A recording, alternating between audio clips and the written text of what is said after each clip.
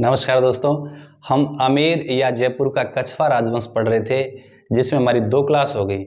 आज हम पढ़ेंगे तीसरी क्लास, जिसमें आमेर के कछवा राजवंश में सबसे महत्वपूर्ण शासक है वो पढ़ेंगे, और वो है मिर्जा राजा मानसिंह।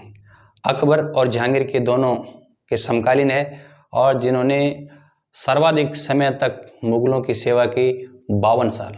तो आइए शुरू करते हैं। मानसिंह, देखो मानसिंह,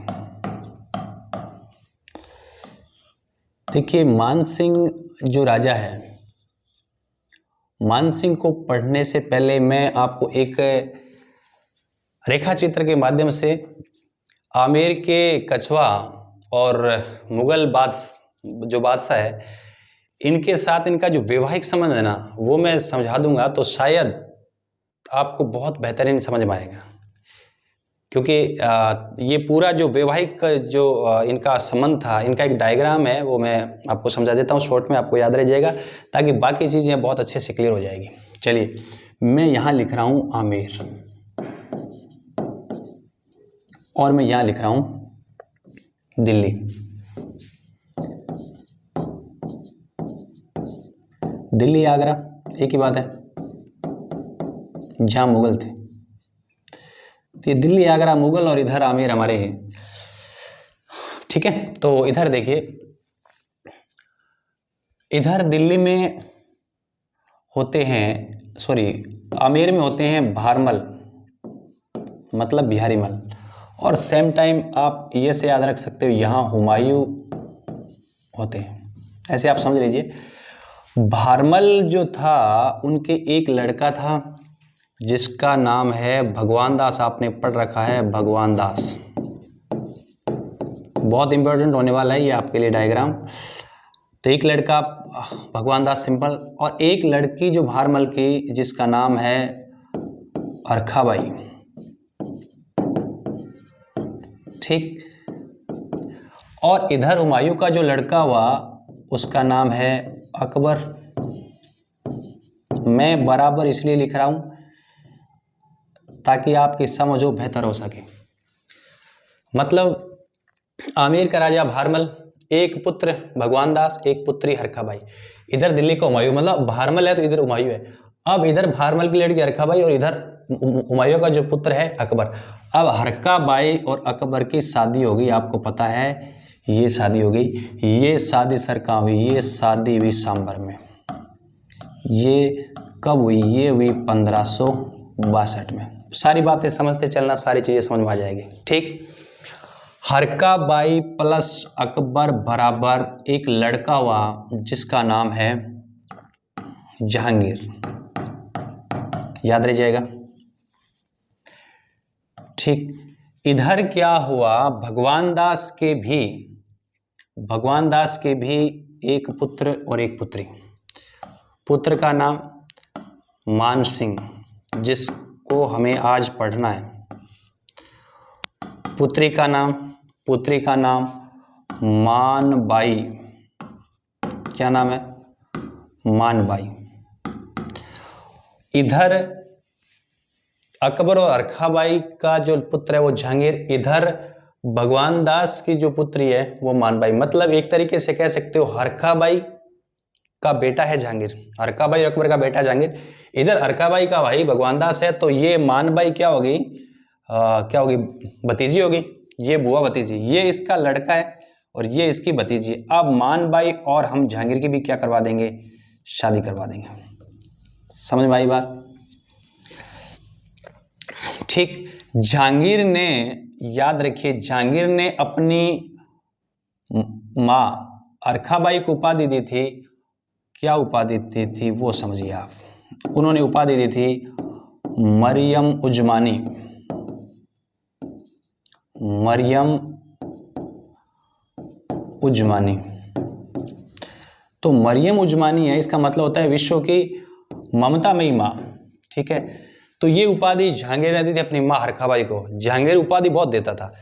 जहांगीर प्लस मानबाई, इनके जो एक संतान हुई जिसका नाम था खुसरो। ध्यान से सुनना इस बात को ताकि आपको सारी बातें समझ में आ जाएगी। हालांकि जहांगीर ने मानबाई को, मैं बता देता हूं, शाह बेगम का खिताब दिया था। कौन सी बेगम? शाह बेगम। शाह बेगम की उपाधि देता है जहांगीर, किसको? मानबाई को। ठीक है, चलिए छोड़ो उपाधि की तो बाद में बात कर लेंगे, लेकिन मूल बात है वो आप समझिए। जहांगीर और मानबाई की शादी हो गई और इनके एक पुत्र हुआ खुसरो। अब याद रखो कि मानबाई का भाई कौन? मानसिंह। मानसिंह का खुसरो क्या लगता है? भांजा। अब क्या हुआ, खुसरो ने क्या किया था? खुसरो ने जहांगीर के विरुद्ध क्या कर दिया था? इसने विद्रोह कर दिया था।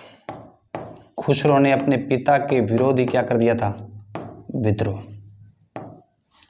ठीक है, अब एक बात बताओ, मैं ये समझाने का प्रयास कर रहा हूं कि मानसिंह है, आपको याद होगा ये जो शादी हुई थी, इस शादी में अकबर के साथ अरकाबाई की शादी हुई थी ना, तो इस अरकाबाई के बाद क्योंकि उस टाइम अकबर ने अधीनता मान ली थी 62 में सांबर दरबार में, तो अरकाबाई के साथ भगवान दास और मानसिंह दोनों कहाँ चले गए थे? मुगल दरबार में चले गए थे। एक तरीके से आप ये समझिए कि अकबर के दरबार में भगवान दास और मानसिंह रहे थे। फिर भारमल की मृत्यु के बाद भगवान दास तो आ गए थे, लेकिन फिर भी ये मानसिंह वहीं अकबर के मुगल दरबार में थे, तो अकबर के साथ बहुत टाइम स्पेंड किया। तो ये अकबर का विश्वसनीय था। कौन? मानसिंह।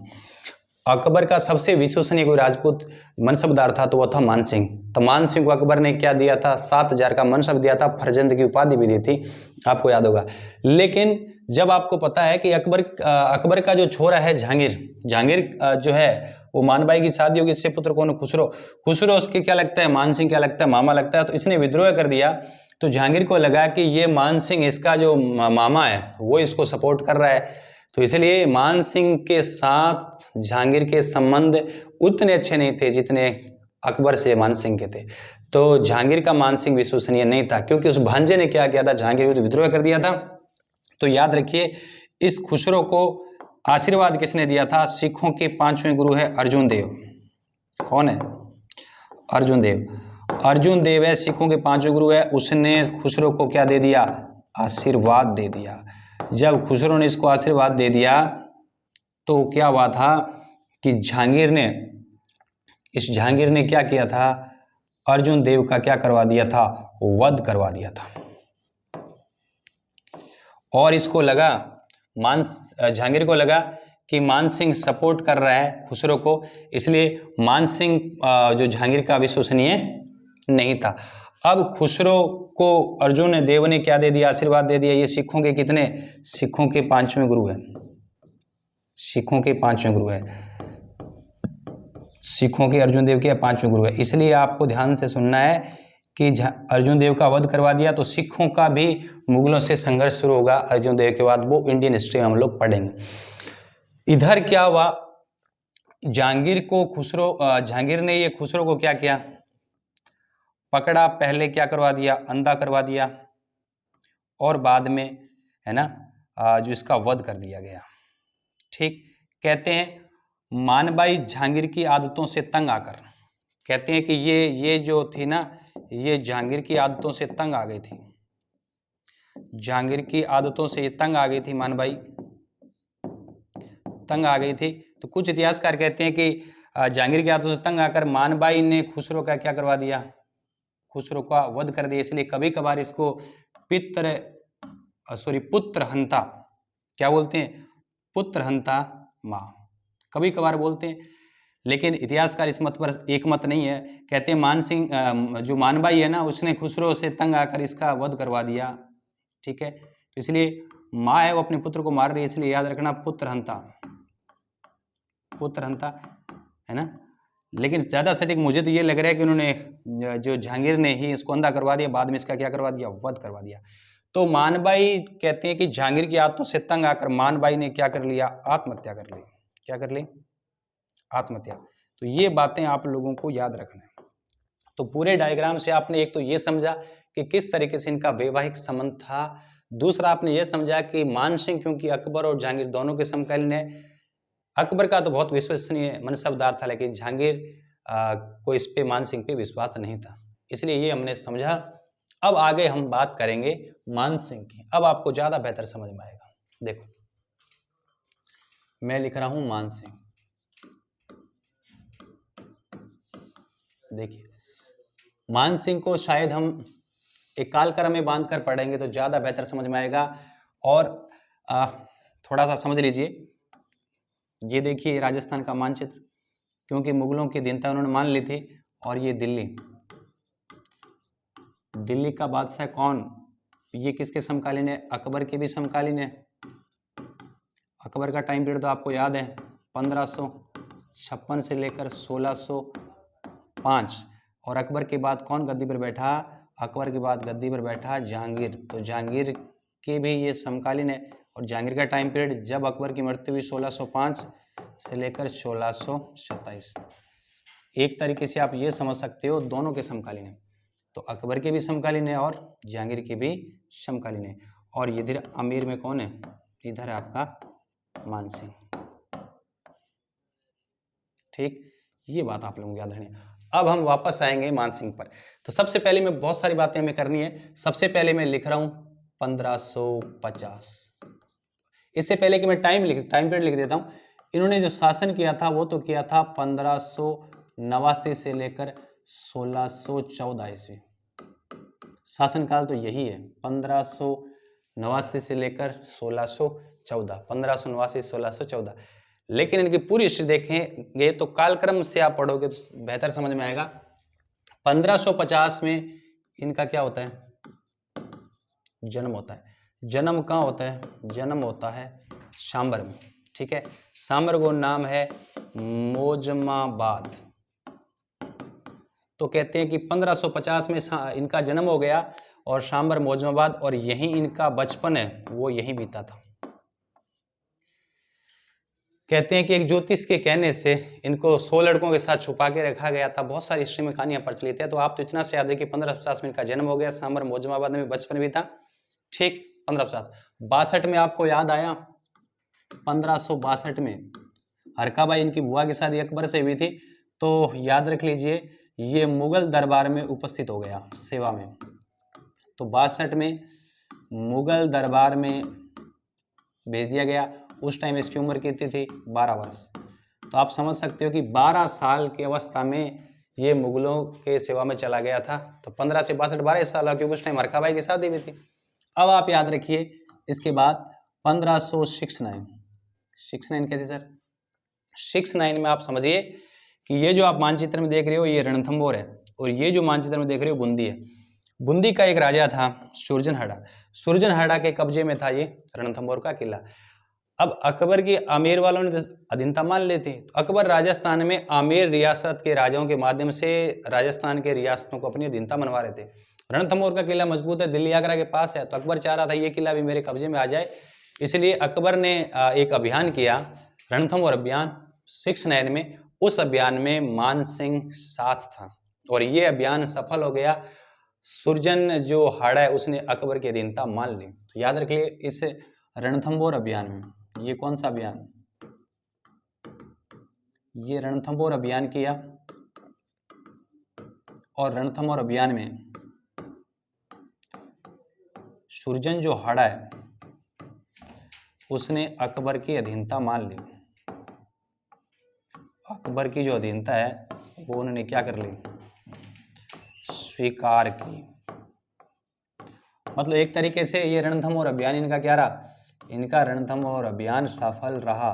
तो आप याद रखिए कि 19 साल की अवस्था में ये रणथंभौर अभियान में रहता है, मतलब ये सफल हो गया। ठीक है, 69 के बाद आप याद रखिए 72 का जो समय है वो बहुत इंपॉर्टेंट है। ये जगह पड़ती है गुजरात।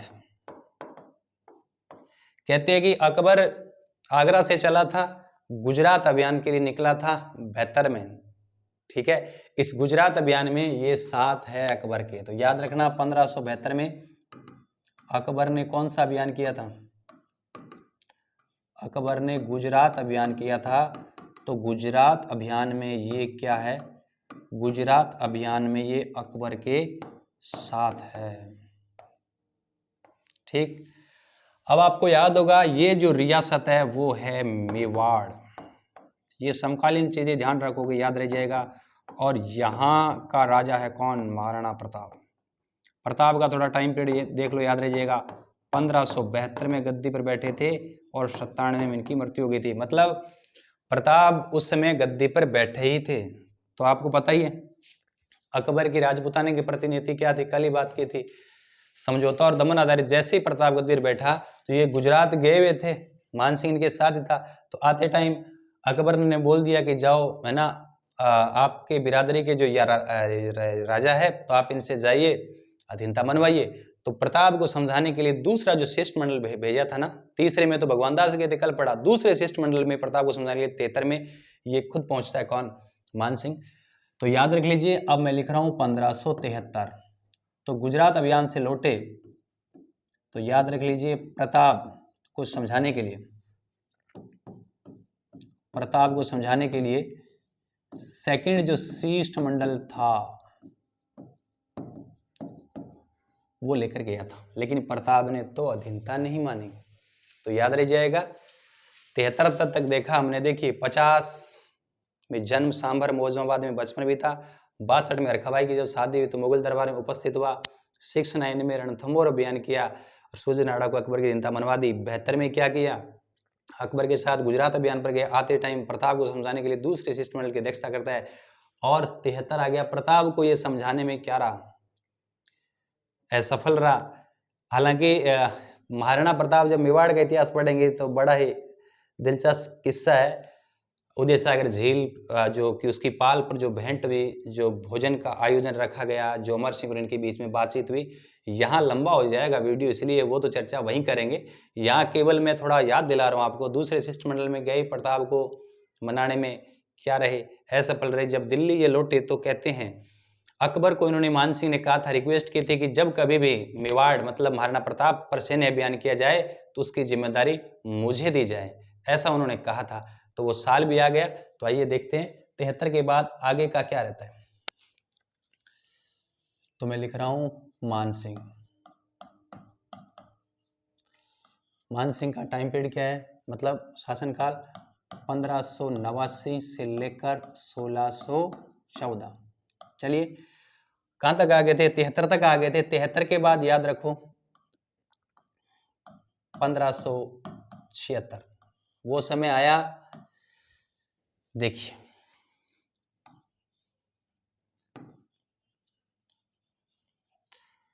ये मेवाड़, और मेवाड़ का महाराणा कौन, प्रताप। तो मेवाड़ का जो महाराणा प्रताप है उनका भी टाइम पीरियड थोड़ा देख लेते हैं। 1572 में तो ये क्या बैठे थे गद्दी पर, 97 में इनकी क्या हो गई थी, मृत्यु। ठीक, कहते हैं कि ये देखिए दिल्ली, और दिल्ली का मुगल बादशाह उस टाइम अकबर। अकबर का टाइम पीरियड फिर लिख रहा हूँ, 1556 में गद्दी पर बैठा और 1605 में इनकी क्या होती है, मृत्यु। तो कहते हैं कि जब अकबर ने सब प्रयास कर लिया और महाराणा को अधीनता नहीं मनवा पाए, तो अकबर की नीति के मुताबिक, नीति तो समझौता या दमन, तो समझौते वाली तो बात फेल हो गई। अब दमन करने का जो इनका स्टेप होगा, तो अकबर खुद चलते हैं आगरा से और कहाँ जाते हैं, अजमेर। अजमेर में अकबर का खुद का बनाया हुआ एक किला है, मैगजीन का किला, वहाँ आया। देखिए अकबर कहाँ आया, यहाँ अजमेर आया। अजमेर में कौन सा किला, मैगजीन दुर्ग। इस दुर्ग में आया। इस दुर्ग में योजना बनाते हैं कि किस तरीके से महाराणा प्रताप को कंट्रोल किया जाए, और वो आखिर वो युद्ध लड़ा गया, इतिहास प्रसिद्ध युद्ध हल्दी घाटी के। तो हल्दी घाटी का युद्ध मैगजीन के किले में लड़ा गया था। अजमेर ने मैगजीन के किले से महाराणा प्रताप का दमन करने के लिए अब किसको भेजा, अब भेजा मानसिंह को। ठीक, तो याद रखिए हल्दी घाटी का केवल अपन थोड़ी सी चर्चा करेंगे, क्योंकि महाराणा प्रताप पढ़ेंगे तब डिटेल में पढ़ेंगे। तो याद रखना, इसका तारीख मैं बता रहा हूँ, 18 जून 1576 को उन्होंने कौन सा युद्ध लड़ा, हल्दी घाटी का युद्ध। और ये हल्दी घाटी का युद्ध किसके विरुद्ध लड़ा, महाराणा प्रताप के विरुद्ध। ठीक, तो क्षेत्र की ये बात याद रखना। हालांकि अकबर का उद्देश्य था कि प्रताप को अधीनता मनवाना, प्रताप को पकड़ कर लाना, तो ये युद्ध अनिर्णायक रहा था। तो मानसिंह को कुछ खास सफलता मिली नहीं। तो अकबर बड़ा नाराज होता है। कहते हैं कि मानसिंह के लिए उन्होंने दरबार में आने पर प्रतिबंध लगा दिया, ड्योढ़ी बंद करवा दी, उसका मनसब था वो छीन लिया गया कुछ समय के लिए। क्षेत्र के बाद आप याद रखिए, क्षेत्र के बाद आप याद रखिए 1585। 1585 की क्या घटना है, देखिए यहाँ आमेर में था ना मान सिंह, तो आमेर या जयपुर, तो यहाँ रहते थे दादू दयाल। कौन रहते थे? दादू दयाल, जिसे राजस्थान का कबीर कहते हैं, ये संत है दादू दयाल। अकबर के बारे में कुछ बातें हैं जो देखेंगे। कहते हैं कि अकबर ने फतेहपुर सीकरी, आप समझिए थोड़ा, फतेहपुर सीकरी, फतेहपुर सीकरी में 1575 में प्रार्थना स्थल खोला था जिसका नाम है इबादत खाना। उन्होंने इबादत खाने की स्थापना की थी, जहां अकबर प्रारंभ में तो मुस्लिम मौलाना थे, उनसे धार्मिक विषयों पर चर्चा करता था। 78 में इबादत खाने के द्वार सभी धर्मों के लिए खोल दिए गए। तो मान सिंह ने कहा कि साहब हमारे रियासत में एक बहुत बड़े संत है दादू दयाल, आप उनको आमंत्रित कीजिए। तो कहते हैं कि मान सिंह के कहने पर अकबर ने दादू दयाल को इबादत खाने में फतेहपुर सीकरी में आमंत्रित किया, और ये बात है 1585 की। दादू दयाल गए 40 दिन तक उन्होंने धार्मिक विषयों पर चर्चा की अकबर से फतेहपुर सीकरी के इबादत खाने में। तो मान सिंह के कहने पर दादू दयाल को आमंत्रित करते हैं। देखिए मान सिंह के कहने पर दादू दयाल को अकबर आमंत्रित करते हैं, कहाँ? फतेहपुर सीकरी, फतेहपुर सीकरी के इबादत खाने में क्या करते हैं? आमंत्रित करते हैं धार्मिक विषयों पर चर्चा करने के लिए। ठीक, तो 85 में ये बात याद रखिए। अब साल आ गया वही जब इनका राज्याभिषेक होता है 89, 1589। 1589 में क्या हुआ, इनके पिता भगवान दास की मृत्यु हो जाती है। तो भगवान दास की मृत्यु होने के बाद इनका राज्याभिषेक करना है, लेकिन ये भगवान दास की मृत्यु होती है उस टाइम ये होते हैं बिहार में। तो इनका राज्याभिषेक एक बार तो वहीं कर दिया जाता है, तो पटना में इनका पहला राज्याभिषेक हुआ। लेकिन फिर जब ये आमेर आए तो फिर आमेर में उन्होंने अकबर से परमिशन लेकर यहाँ दोबारा जब आमेर अपने गृह जो रियासत में पहुंचे, तो आमेर में फिर इनका राज्याभिषेक समारोह किया गया। तो 2 बार 89 के अंदर इनका राज्याभिषेक होता है। तो मैं आप याद रख लो कि भगवान दास, इनके पिता क्या है, भगवान दास की क्या हो जाती है 89 के अंदर मृत्यु। तो इनका क्या होता है, राज तिलक, या मैं लिख दूं राज्याभिषेक। तो 89 में इनका राज्याभिषेक हुआ। पहली बार क्या हुआ, क्योंकि जब पटना में थे तो प्रथम बार इनका राज्याभिषेक हुआ पटना में। पटना का साहब, अरे पटना तो बिहार की राजधानी है। दूसरी बार इनका राज्याभिषेक हुआ आमेर में, है ना, आमेर मतलब जयपुर। तो 2 बार इनका राज्याभिषेक हुआ 89 में। ठीक, तो बात समझ में आ रही है। अब समझिए नेक्स्ट बात, और 89 तक आ गए। फिर लिख रहा हूं मैं मान सिंह गद्दी पर बैठ गए, 2 बार राज्याभिषेक हुआ। आपको बात पूरी समझ में आ गई। इनका टाइम पीरियड मैंने बताया कि जैसा कि 1589 से लेकर 1614 ईस्वी। अब 1589 के बाद आप आइए, मैं आपको बता रहा हूं नेक्स्ट जो टाइमलाइन में जो आपको याद रखना है, 1605 देखो किया। बोर्ड की तरफ देखिए, आपको याद है ये आमेर का राजा कौन है, मान सिंह। और ये दिल्ली, क्या लिख देता हूं मैं, दिल्ली, और दिल्ली का राजा कौन है, अकबर। अकबर का फिर लिख रहा हूं 1556 में गद्दी पर बैठे, 1605 में इनकी मृत्यु हुई। अकबर की मृत्यु के बाद नेक्स्ट जो शासक होते हैं वो होते हैं जहांगीर। अकबर की मृत्यु के बाद 1605 में जहांगीर गद्दी बैठते हैं और 27 में क्या हो जाती है, मृत्यु। अब क्योंकि अकबर का टाइम पीरियड पूरा हो जाता है, जहांगीर का टाइम पीरियड स्टार्ट हुआ, तो भी ये आमेर के राजा थे। जैसा कि मैंने आपको बताया, खुसरो के चक्कर में वो जो हुआ था, विद्रोह किया था, ये सारी तमाम चीज़ें हमने वैवाहिक संबंध के बाद समझा था। तो आपको पता लग गया होगा कि ये जो है इनके संबंध अच्छे नहीं थे।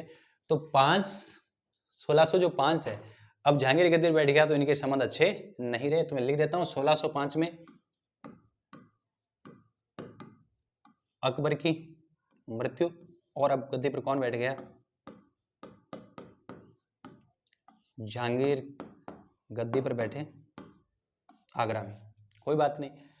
फिर आप याद रखिए 1614 ईस्वी, 1614 ईस्वी में इनकी मृत्यु होगी मान सिंह की, और ये मृत्यु कहाँ हुई? ये मृत्यु हुई एलिचपुर। सर ये एलिचपुर कहाँ है? एलिचपुर है महाराष्ट्र।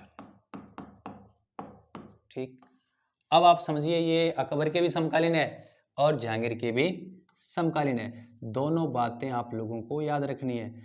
तो अकबर के समकालीन है, तो आप आइए देखेंगे कि अकबर ने इनको क्या दिया। तो देखिए अकबर ने इनको क्या दिया। समकालीन दोनों ही के, तो याद रखिए कि अकबर ने इनको क्या दिया मान सिंह को। अकबर ने एक तो मिर्जा राजा की उपाधि दी, मिर्जा की क्या दी? उपाधि। एक उपाधि और दी फर्जन, एक उपाधि और दी थी। कौन सी उपाधि है? फर्जन। एक तो मिर्जा की उपाधि, मिर्जा के साथ साथ एक उपाधि और दी फर्जन। फर्जन और मिर्जा राजा, फर्जन और मिर्जा राजा दोनों उपाधि कौन देते हैं? अकबर। और क्या देते हैं अकबर? और अकबर ने इनको 7000 का क्या दिया? मनसब। तो अकबर द्वारा दिया गया किसी भी राजपूत शासक को सबसे बड़ा मनसब था ये। और सुनिए इनकी मृत्यु हो गई एलिचपुर महाराष्ट्र में। एक बात और बता दूं, इनकी जो छत्री है वो थोड़ा सा मैं बताना चाहूंगा आपको। इसकी छत्री है हाड़ीपुरा। सर ये हाड़ीपुरा कहाँ है? अरे हाड़ीपुरा तो आमेर में ही है। तो हाड़ीपुरा में इनकी क्या है? छत्री। मान सिंह भाई आप जहाँ इनकी रियासत है छत्री तो वहीं होगी। अच्छा इधर क्या देख रहे हैं? फर्जंद की उपाधि और 7000 का मनसब अकबर ने दिया था। हालांकि जहांगीर की यदि हम बात करें तो जहांगीर के संबंध इनसे अच्छे नहीं थे।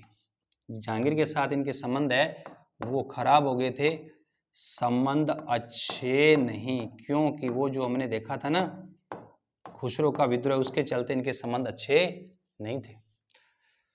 अब नेक्स्ट देखिए, देखो ये तो हमने देख लिया, कालक्रम में काफी चीजें सेट हो गई। 50-15 में जन्म हो गया, 62 में हरका बाई के साथ वो चले गए थे उधर मुगल दरबार में 12 साल की उम्र में। 69 में रणथंभौर जीता, सुजन राय हाड़ा को अकबर के अधीनता स्वीकार करवा दिए। फिर हमने देखा कि 72 में ये कहाँ गए थे? गुजरात अभियान में गए थे अकबर के साथ। 73 में प्रताप को समझाने गए, असफल रहे तो हल्दीघाटी युद्ध में मान सिंह को प्रधान सेनापति बनाया। क्षेत्र के बाद हमने देखा कि किस तरीके से 85 में दादू दयाल को मान सिंह के कहने पर अकबर फतेहपुर सीकरी में धार्मिक चर्चा के लिए बुलाते हैं। 89 में जब इनके पिता की मृत्यु हो जाती है तो ये कहाँ है? बिहार में। बिहार में पटना में राज्याभिषेक किया गया पहली बार, दूसरी बार यहाँ आमेर में किया गया। फिर 1605 में आपको याद है कि अकबर की मृत्यु और जहांगीर गद्दी पर बैठ जाते हैं। और उसके बाद हमने देखा 1614 में एलिचपुर में महाराष्ट्र में मृत्यु हो जाती है तो इनकी छत्री हाड़ीपुरा आमेर में। अब आप जैसा कि देख रहे हो 62 में मुगल दरबार में चले गए थे। 62 से लेकर आप काउंट करो 1614, तो 4 मुंह 2 गया 2 और बटे कितना बचा 5, मतलब 52 साल उन्होंने सर्वाधिक 52 वर्षों तक मुगल सेवा की। ये तो टाइमलाइन के अकॉर्डिंग हमने सारा सेट कर लिया। इसके अलावा मैं लिख रहा हूं जो बातें जो आपके काम की है वो मैं नेक्स्ट में लिख दूंगा। देखो मैं लिख रहा हूं मान सिंह, मान सिंह की जो नेक्स्ट जो बातें हैं इसके इतर जो बातें बच गई, टाइम पीरियड फिर लिख रहा हूं 1589 से 1614। देखिए इसमें याद रखिए उन्होंने सर्वाधिक समय तक क्या किया? मुगलों की सेवा की। सर्वाधिक समय तक मुगलों की सेवा की। कितना सर? अरे 52 वर्ष, आधी शताब्दी तक। और क्या है? और याद रखना 2 कला ये मान सिंह यहां जयपुर लाते हैं। एक याद रखना जो है मीनाकारी कला, मीनाकारी जो कला है वो ये लाहौर से लाए थे आमेर। लाहौर से कहां लाए? आमेर। कौन सी कला? मीनाकारी कला। दूसरी कला है वो जरूर याद रख लीजिए, वो ब्लू पॉटरी। याद रखना ब्लू पोट्री, ये ब्लू पोट्री मीनाकारी कला भी लाए थे, इसके साथ साथ याद रखना ब्लू पोट्री कलाकार है वो भी ये लाहौर से, इनके कलाकारों को भी कहाँ लाए थे, आमेर। और क्या है सर, और ये अकबर के नवरत्नों में शामिल है, अकबर के नवरत्न जो 9 लोग हैं उनमें ये क्या है, शामिल है, ठीक। और क्या है सर, और इनके दरबारी, बहुत से इनके दरबारी थे, वो दरबारी समझिए हरिनाथ, जगन्नाथ, हरिनाथ, जगन्नाथ, सुंदर दास, हरिनाथ, 2 नाथ है, हरिनाथ जगन्नाथ सुंदर दास, मुरारी दान, कौन है, मुरारी दान, जिसने क्या लिखा, मान प्रकाश लिखा, ग्रंथ लिखा कौन सा, मान प्रकाश। कैसे याद रखना है, हरिनाथ, हरि मतलब भगवान है, हरिनाथ, जगन्नाथ, जगदीश भी क्या है, भगवान है, हरिनाथ, जगन्नाथ, सुंदरदास, मुरारी दान, मुरारी भी क्या है, भगवान है, और भगवान सुंदर होते हैं, ऐसे करके आप याद रखो थोड़ा थोड़ा। 4 इनके दरबारी थे, पूछते हैं। बिंग अलावा याद रखो अकबर ने इनकी नियुक्ति कहाँ की, तो मुगलों के लिए ये कहाँ गए थे, मुगलों के लिए बंगाल गए, मुगलों के लिए ये बिहार गए, बंगाल और बिहार तो करने का नहीं है, कोई दिक्कत ही को नहीं, एक काबुल भी गए थे, यहाँ इनकी नियुक्ति रही। जब बंगाल बिहार काबुल गए तो बंगाल बिहार के पास याद रखना उड़ीसा, तो एक इनकी बहुत ही महत्वपूर्ण उपलब्धि वो मैं लिख देता हूं, उन्होंने उड़ीसा या ओडिशा को जीता और किसमें मिलाया, मुगल साम्राज्य में मिलाया, मुगल साम्राज्य में मिलाया, तो उड़ीसा को मिला लिया, बंगाल बिहार और काबुल में इनकी नियुक्ति रही। जब बंगाल बिहार में इनकी नियुक्ति रही तो देखते हैं क्या क्या मामला है। तो याद रख लीजिए उन्होंने 2 नगर बसाए थे, 2 नगर बसाए, 2 नगर बसाए, कौन कौन से देखिए, ये अकबर के अंडर में काम कर रहे हैं तो उन्होंने क्या बसाया, अकबरपुर, खुद क्या अकबर नगर, सॉरी अकबरपुर बोल दिया, नगर बोल दो, कोई खास बात नहीं है। तो एक तो उन्होंने बसाया क्या, अकबर नगर, और एक खुद के नाम से मानपुर। अब आप याद रखिए ये बंगाल बिहार में रहते, अकबर बड़ा है इसलिए बड़े स्टेट में, तो बंगाल बड़ा है, बिहार तो बंगाल, तो याद रखना बंगाल में तो उन्होंने क्या बसाया, अकबर नगर, मान अपने नाम से मानपुर, ये छोटा है, छोटा कौन सा है, बिहार, तो बिहार में कौन सा बसाया, मानपुर, तो बिहार में मानपुर नगर बसाया, और एक अकबर जो नगर है वो बंगाल में जो बसाया। और क्या किया सर, अरे और बहुत सी बातें करता है। नेक्स्ट में लिख रहा हूँ फिर वापस क्या लिख रहा हूँ, मानसिंह, काफी बड़ा है मानसिंह, टाइम पीरियड फिर लिख रहा हूँ 1589 से लेकर 1614 ईस्वी। और क्या किए, उन्होंने मंदिर बहुत बनाए थे, उन्होंने मंदिरों का क्या करवाया था, निर्माण करवाया था। सर कौन कौन से मंदिर है, आओ देखो,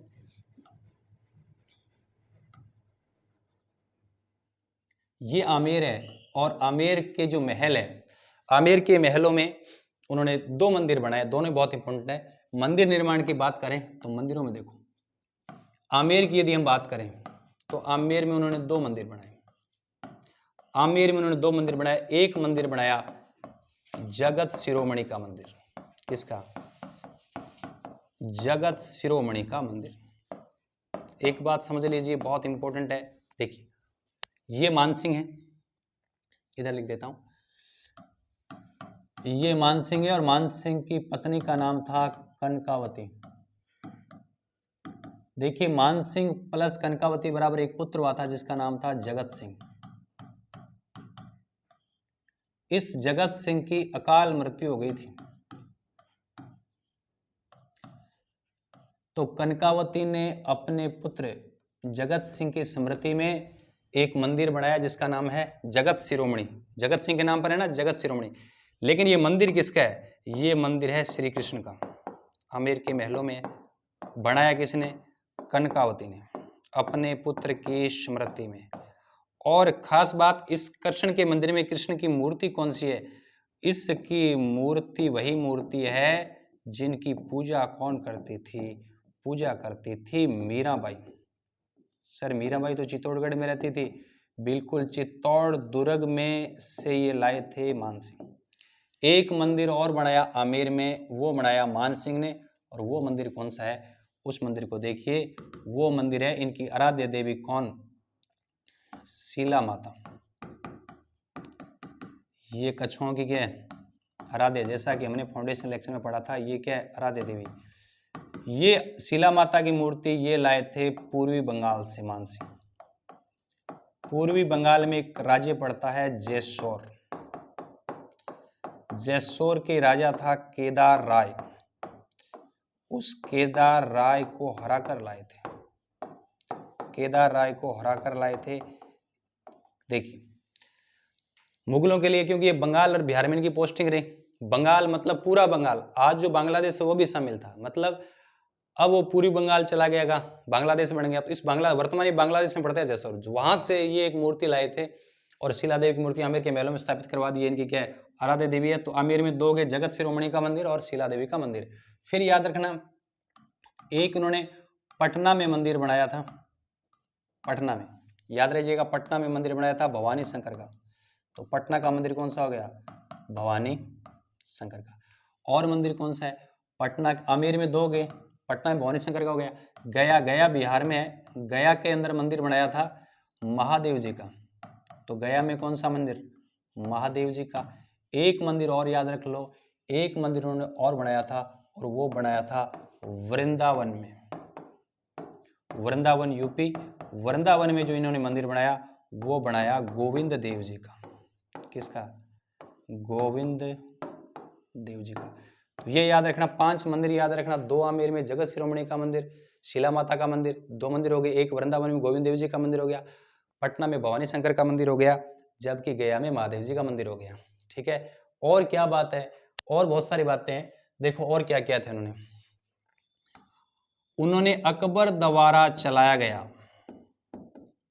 अकबर द्वारा चलाया गया एक नया धर्म था दीन ए इलाही, जिसे तौहीद ए इलाही कहते हैं। अकबर ने इनको कहा था, तो इसका अनुयायी बनने से उन्होंने, मानसिंह ने क्या कर दिया था? अस्वीकार। तो दीन ए इलाही धर्म को स्वीकार नहीं किया, मानसिंह ने क्या कर दिया? अस्वीकार। और क्या किया? और देखिए यहाँ आमेर में एक नदी आती है, और इस नदी को रोककर एक झील बनाई गई जो जयपुर के अंदर है, और वो झील कौन सी है? मानसागर झील। ये मानसागर झील का निर्माण करवाया। इसमें गर्भावती नदी का पानी आता है, गर्भावती नदी। तो गर्भावती नदी को रोककर उन्होंने क्या बनाया? मानसागर झील का निर्माण करवाया। चलिए एक बात और कर लेते हैं, ये अजमेर है, और अजमेर में एक जगह है पुष्कर।